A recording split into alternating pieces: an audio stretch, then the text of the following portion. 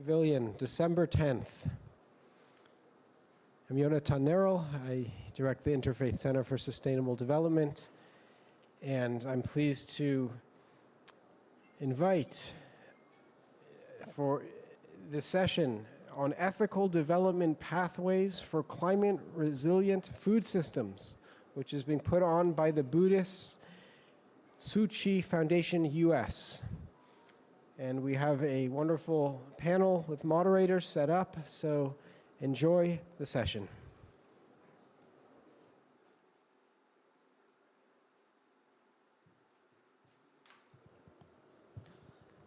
Thank you very much and welcome to the session on ethical development pathways for climate resilient food systems. So this seems like a very big and broad topic, but I'm sure from different perspectives we will bring it together and be able to discuss how we are able to provide climate resilient foods, and what is it that we need to do to work towards. Oh, sorry, am I back in the frame? Okay, great. Technical difficulties. And so today, as we start, we know that today is COP day for food, and then food, agriculture, and water. So we all know that food, water, and agriculture is things that we need to sustain us. But how do we do it in a way that is safe for both ourselves, our health, the environment, people, and the nature that is around us? Thank you. So, did you introduce yourself? Oh, okay. Let me introduce myself. My name is Tiffany Tu from Buddhist Tzu Chi Foundation. Yeah, the great Tiffany. So, thank you. This is Cristina Tirado. We are co-moderating. It's okay? Okay. This is Cristina Tirado, the president of Tzu Foundation, Sustainability, Health, and Education.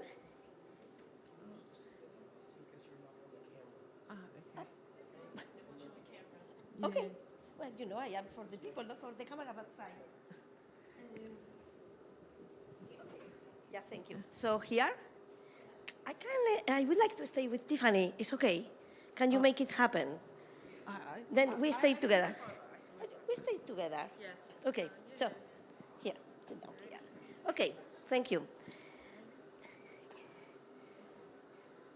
Yes. Thank you. Now we are together. So I am the president of Sustainability, Health and Education, Tzu Foundation. It's a foundation that works with indigenous people, Maasai lands in Kenya and Tanzania. And it's a pleasure to organize this today with you to talk about ethics, how the ethics of producing our food, the ethics of consuming our food, the ethics of wasting our food, or all the ethics of reducing all this waste and make it happen. The ethical pathways are forgotten here in this conversation about climate change. Things are all about greenwashing, making money. Many times the word people is not even there, right?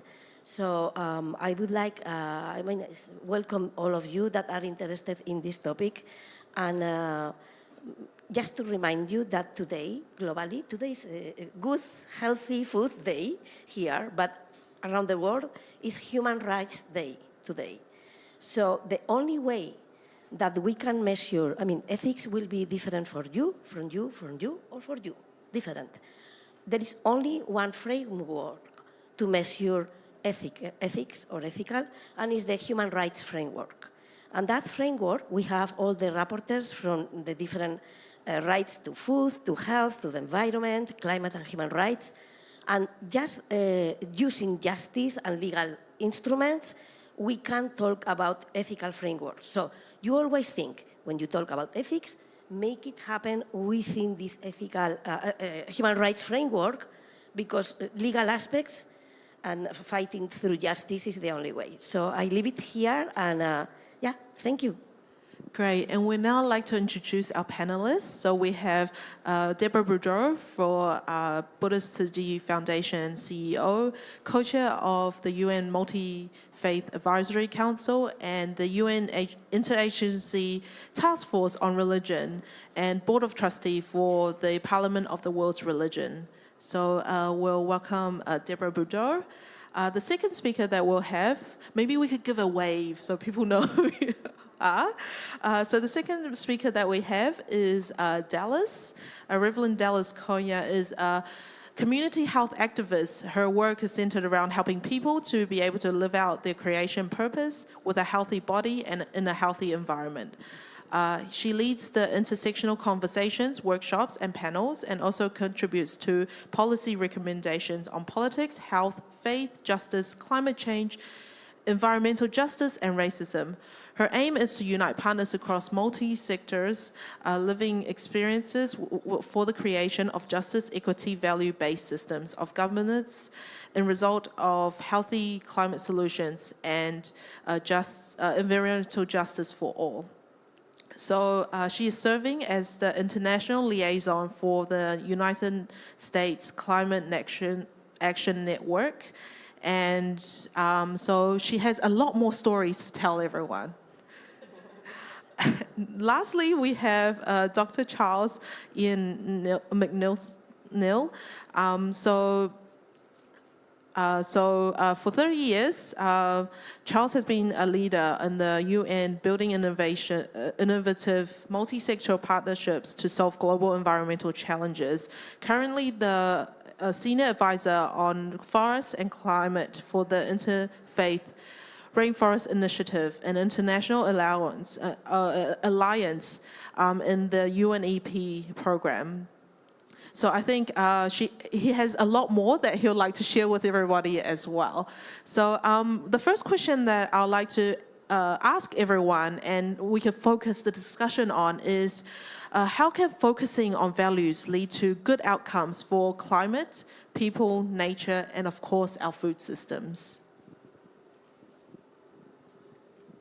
Thank you, Tiffany. Good morning, everyone. On behalf of Buddhist Tzu Foundations, I'm very grateful that we have opportunity to share today's topics. Today's topic is very important, and I would like to bring the concept. You can see we really waste a lot of food. We're talking about today the food system. We're talking about food shortage. 40% of American foods is thrown away. And sometimes you just see about the number, but that's really think about what will be the solution. We talk about negotiation. Now we negotiate with each others how we going to start it from ourselves. And voila, welcome to COP28. Environmental and social management framework is so critical when we talk about this issue. And for Buddhist response to ethical food system, we're going to talk about a lot of things. For the Buddhist precept, the first one already teaching us that we should not taking the life of animal or human being, because the karma, negative karma, were leading to not conducive to liberation. So right livelihood, including no trading in weapons or in hunting or butchering the animals. So no killings for the step number one for Buddhist. Our founder, Dharma Master Zheng Yan, she been emphasized this one a lot. May I have a video clips about her delivering the message, please?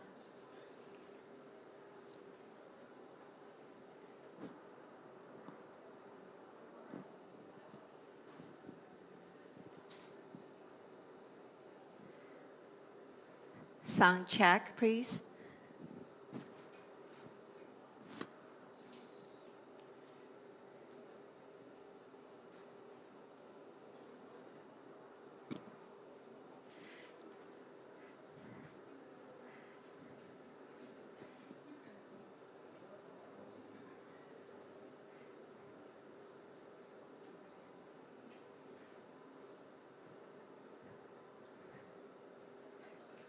Sorry, can you, yes, thank you, crisis management.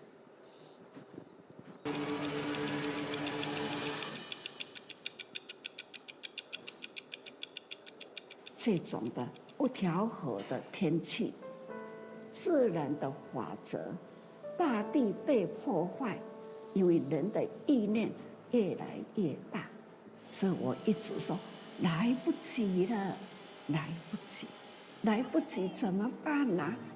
回首不可，回溯不可。许许多多的国家。就是因为气候变迁带来了人间的不调和。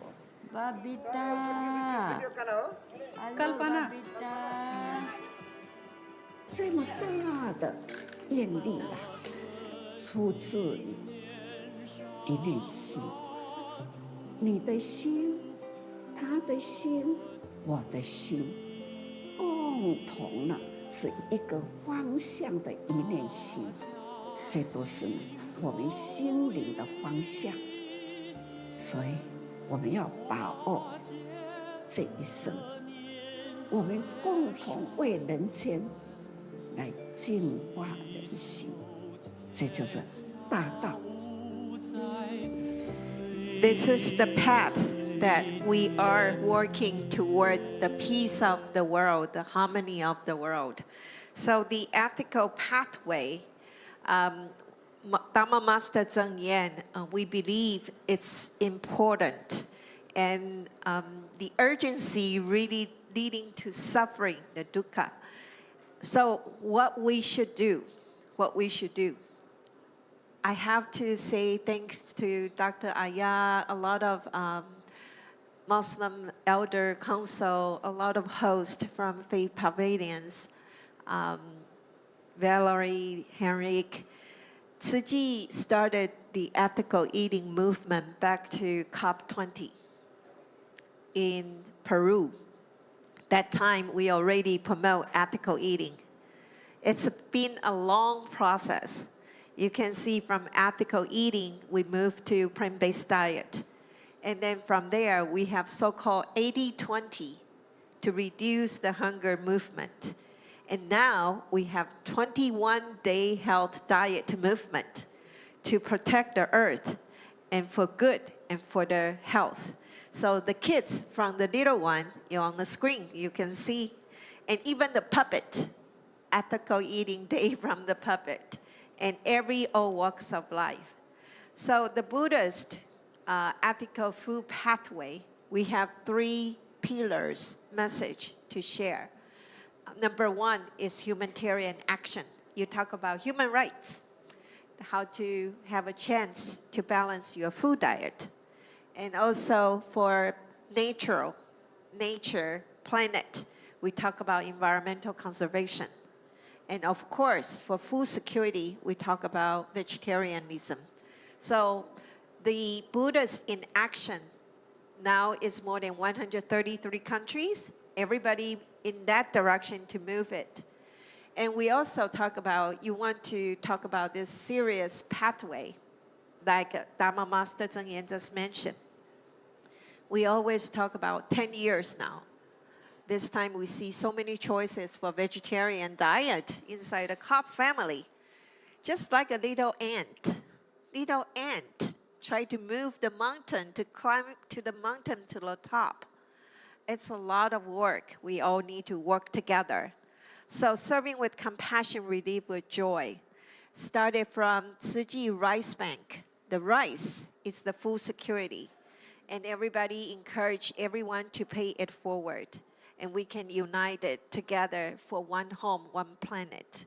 So Buddha Tzu Chi would like to encourage everyone to support these 3 pillars, 3 initiatives: humanitarian actions, plant-based diet, vegetarianism, and climate resilient climate action. So I would like to thank you. And Dallas. Thank you, Ms. Deborah. Good morning, everyone. I would like for us to consider practical look about how our negotiations are impacting our food systems and how value-based cultural aspects should be a bedrock in how we address our food systems and cultivation. This is important because let's start with the practical aspect of money. Too many people say the money makes the world go round, but the fact of the matter is, money is a man-made concept. It's also a concept that has changed over the millennia. At one point, money was how much salt you had.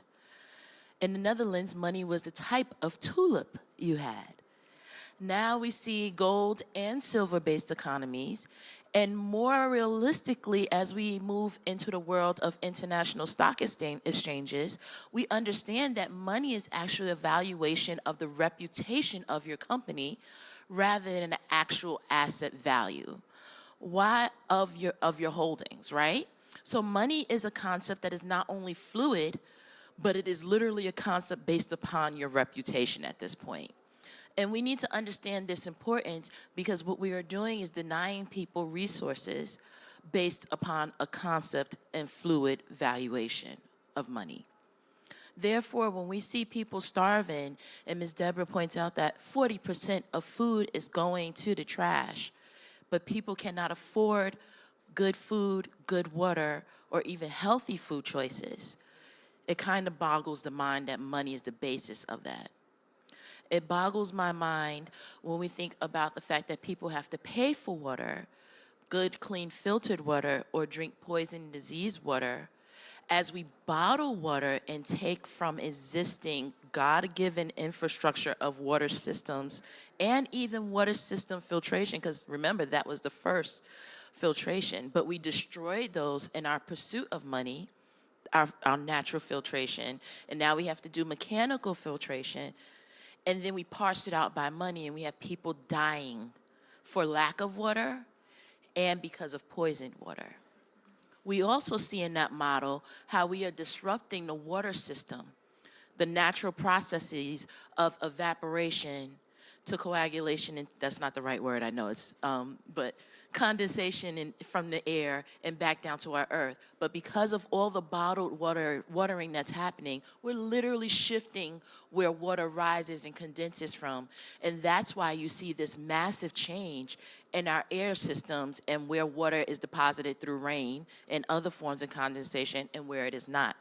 We're actually causing desertification and massive flooding through water-based, money-based water distribution.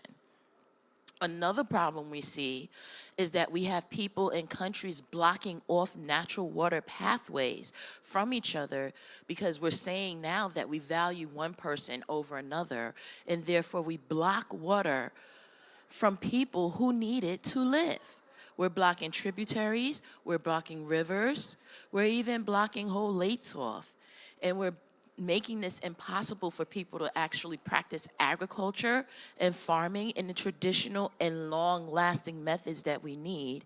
And what we see instead is a rise in agroecology and big farming practices that are actually not only detrimental to our earth, but also cause massive soil depletion.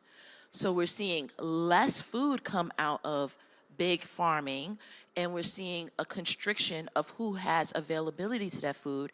And as a result of big farming, we're also seeing a rise in the bacterial content like E. coli from big farming because of the inhumane practices they have on those farms for their workers.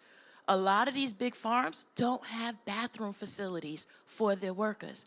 They don't have places of shade for their workers. It's literally the inhumane practices that we have in these big farms, these lack of humanistic values in our big farming practices that are causing our food to become contaminated.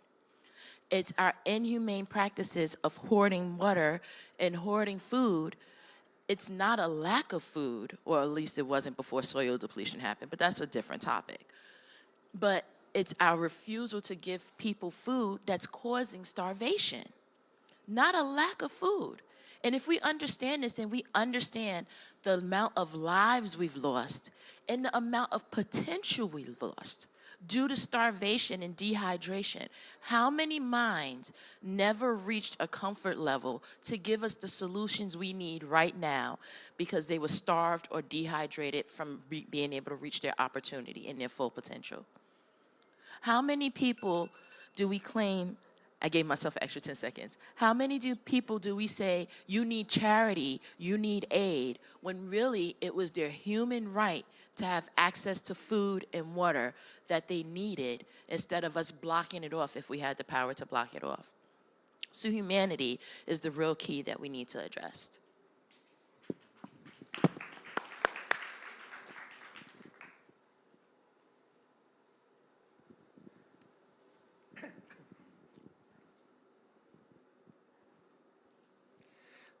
Good morning. Happy Food and Agriculture and Water Day. And I want to thank Dr. Iyad and his amazing team and the Muslim Council of Elders for making this incredible facility available for us to be able to work together. Thank you, Dr. Iyad and all. When I started at the UN 30 years ago at the Rio Earth Summit, I never thought I'd be sitting here talking about ethics and morals and faith.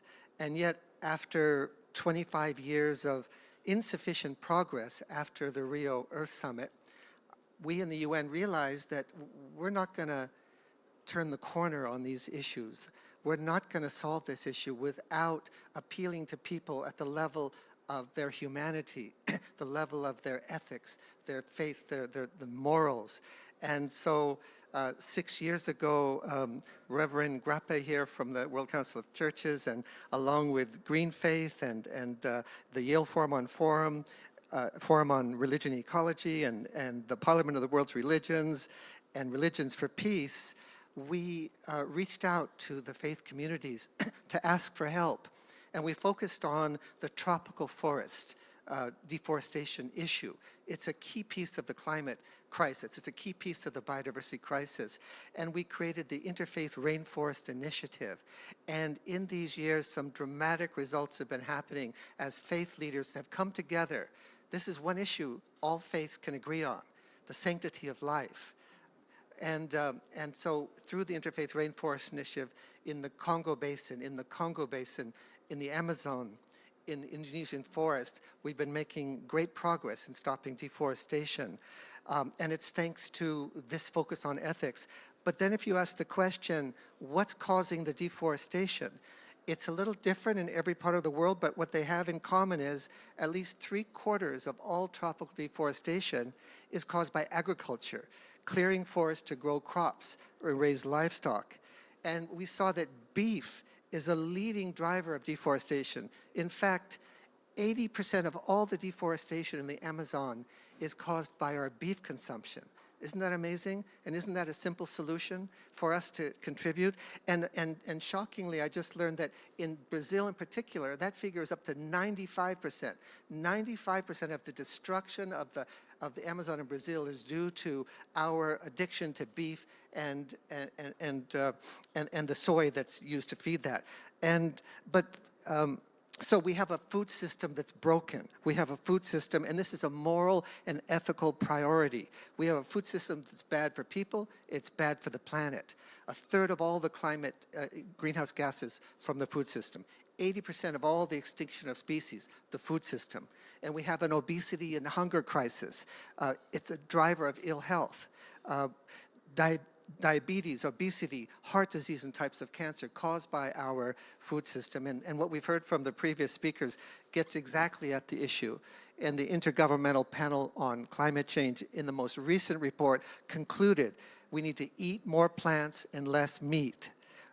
That's one of the major interventions we can take. And it happens to be our food footprint is our largest impact on the climate.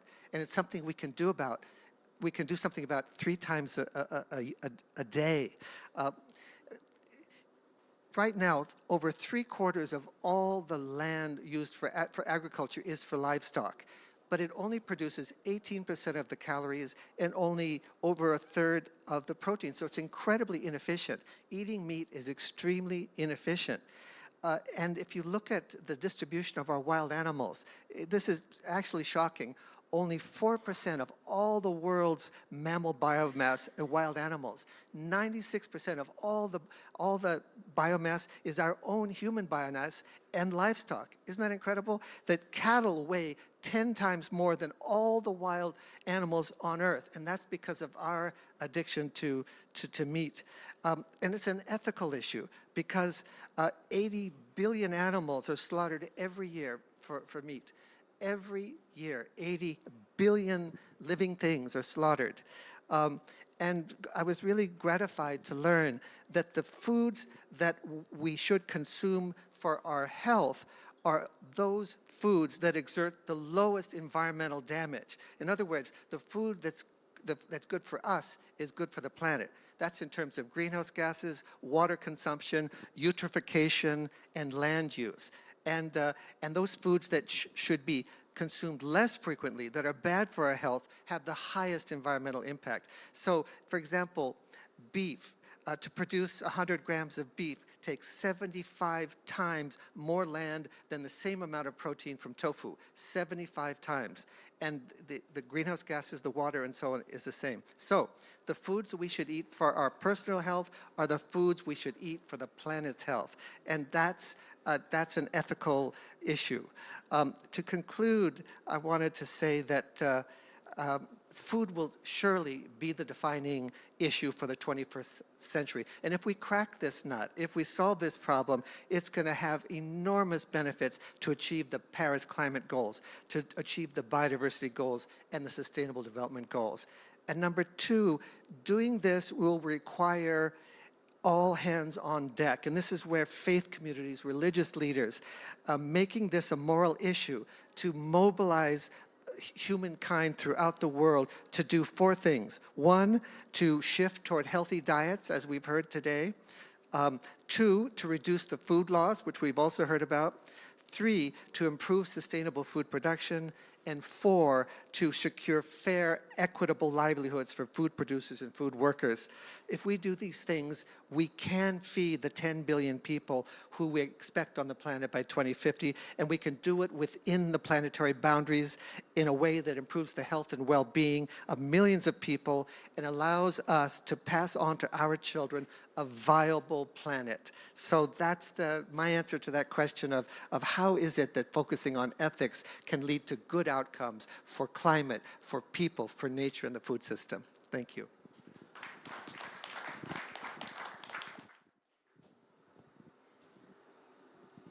Thank you so much. Thank you for setting all these comments. I am a doctor in veterinary medicine, and I cannot agree more with you. And I would like maybe to bring something that is missing, that we have not been discussed, that it's, what about the people that don't have anything to eat? I work with the World Food Programme and with Action Against Hunger and with Oxfam. And people right now are observing data. I am also a lead author. Let me also mention this. A lead author of the chapter on health, well-being, and changing community structures, which is talking about migration and conflict of the IPCC. So this was in the last assessment report. And we, with the World Food Programme, have been observed that in the last, the IPCC works with 7 years range of data. During, in between 2015 and 2019, which was a time affected by El Niño, only the impacts of extreme weather events, they produce 166 million of people affected by hunger that required humanitarian assistance to survive. If that humanitarian assistance was not available, these people die. And the Food Crisis 3, it has been alerted in 31 countries during that period of time. This is unethical. These people have nothing to eat. They are dying from hunger.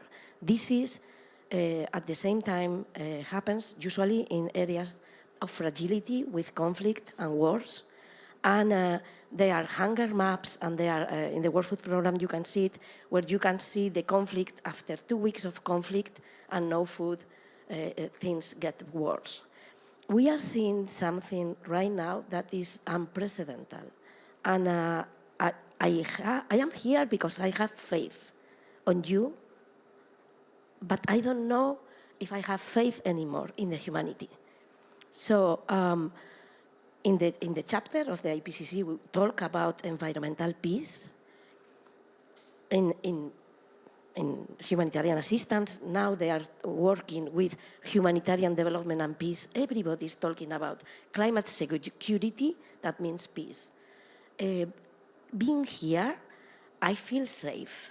I feel safe from the aggression of that humanity is making to us right now.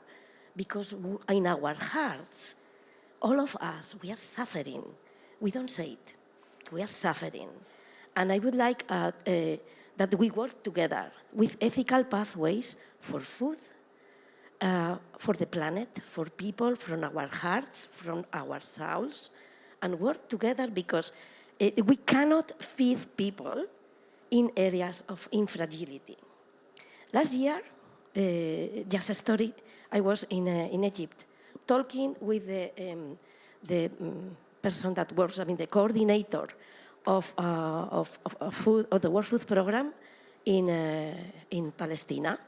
And we were talking, Samir, we were talking about making intensive aquaculture for Gaza. I work in Gaza, and these towers with aquaculture, everything was super cool. And suddenly we don't know where we are anymore. We are losing track of ourselves and nature. Nature brings peace. I have some case studies of cities like Medellin that were super violent with cartels that through a green infrastructure and a green planning and amazing mayors through several, things don't happen from one day to the other. But nature brings peace. Food also brings peace if you don't have food and conflicts storm. So this is an appeal to all of you. Scientists, we are with you. We want people from faith to help and work together to make this happen. So thank you so much for joining us today. Thank you. Great. Thank you very much. And it is very interesting, actually. All the speakers talked about how food and these ethical pathways always need action behind it. So I think time is very short, so I think I would like everybody to also give closing remarks on, what are we hopeful for and how do we move on forward in the future? So we'll start with Deborah. We have a lot of serious conversation today, and this kind of information, no matter from money, from food, from whatever challenges we are facing, even AI, new technologies. But in reality, we are sentient being, we are human being. We have to learn from ourselves. We come to this world, we don't have any attachment, but we survive. How we survive?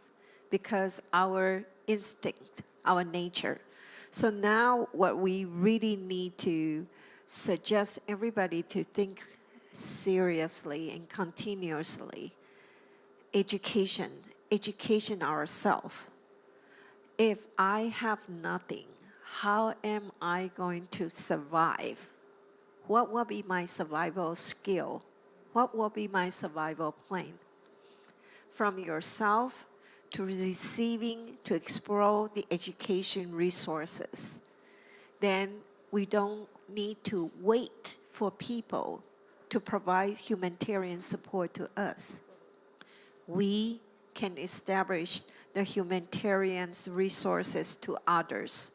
So consider when we do a stock take now, we are talking about global stock take. Let's do our individual stock take. What kind of skill, how can you survive? And how can we coexist with the Mother Earth, the planet, what we have?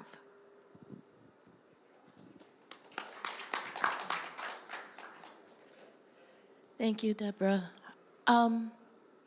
My hope is that people remember that if you follow the Christian tradition, that God is a God of abundance and not scarcity, and that this land that we live on, this earth that we live on, was designed to actually be able to provide for us with abundance. So much abundance that some of us just throw it away as surplus. And that if we value all human life, we will allow people to live according to the conditions in which their particular place on this earth needs, instead of trying to always block everything up in a way that is packaged only in favor of those who lead in the global landscape. The majority of the greenhouse gases that have contributed to the climate change crisis comes from 5 countries on this earth. 5. Directly responsible for the patterns that we see in El Nino, directly responsible for the trash rolling up on our shores and blocking our waterways, directly responsible for the pollution, toxifying our water and our food, causing cancers and organ failure. So if we remember that and we take into account the moral responsibility of answering to what people need from what we have caused, because I come from one of those 5 countries, then maybe we will be more likely to assist, to give aid, and to give what's quite frankly due to those people to not only come back on their feet, but also to restore their lands. Because we have the knowledge of the indigenous peoples. Indigenous people have made it possible that 80% of the biodiversity left has been stewarded by indigenous people. So it's not a lack of knowledge, it's a lack of will and acknowledgement that we have what we need, both in the land and the knowledge that we need to do this, and we have the resources if we look to those 5 countries that have majorly caused this problem to finance it and to back it through real policy. Thank you.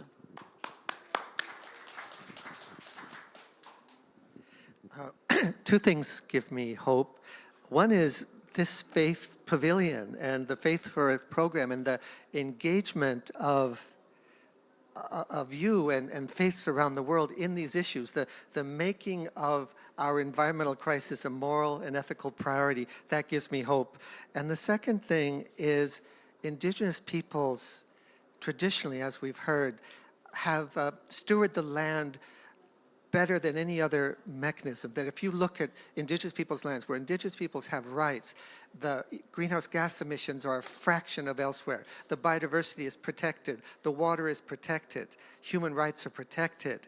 So one of the most important interventions that can be made is to solve these problems we're talking about, is to give indigenous people rights. And the thing that I'm finding most encouraging is a reconciliation in the tropical regions where I work between the religious leaders and the indigenous leaders. After 500 years of a difficult terrible history, now there's a cooperation growing. Indigenous peoples are being recognized for their indigenous spirituality, for their contribution. And this coming together where religious leaders are exerting their moral authority, their political power, their economic power on behalf of indigenous people, that gives me hope as well. Thank you.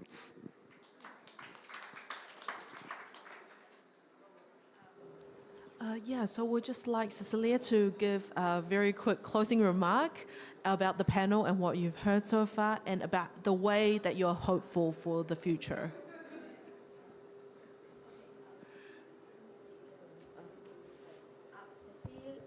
Cecile is from Cameroon, is an agronomist. She has been working with women and with the projects of Bangara Batai, and she leads the largest women's network in Africa, probably in the world, you know, and probably in the world, yes, sorry. Thank you for joining us, and we have been talking about ethical pathways. I think we have 3 minutes, they are telling us. So we are throwing you this question from the point of view of Africa and all the work that you have done with restoration of mangroves, all the clear cutting of the mangroves, all the slavery in the boats of shrimp, all the destruction from us eating shrimp and then clear cutting the mangroves. What you will tell us to bring forward? Thank you. Thank you. I'm very sorry for my delay. I was running from the other side of the bill, I don't know, of the venue to come here. Yeah, thank you very much for that. I really wanted to be here, but yeah. What I think really is that we are working with local women, rural women, indigenous women, trying to restore the environment, to heal our planet. But what I may think or I can share with you is that we need to have them on the table, around the table, respecting, hearing from them because they know what the problem are and they know what the solution could be. It's only needing the support, resources, equipment, technology to improve and to upscale. Not thinking that we will bring ideas and give them and they will implement. I think it's good to get them on the table, sitting on the table, respecting what they are, hearing them, respecting what they are saying and what they live, what they are experiencing, and seeing how and which support we can bring to them. That's how I see things, and the key issue and the key challenge they are facing now is really that one. How can they access resources to upscale and also to try to try upscaling what they are doing, but also sharing with all other communities worldwide. Thank you very much. Thank you. I'm sorry for being late. Thank you very much for that closing remark, and thank you very much for the discussion. We see that ethics is not just about practicing internally, but externally as well. How do we go from a personal perspective, individual way of living to advocating and working together with other communities and other faiths to build a more holistic future. Thank you very much. Thank you. Thank you.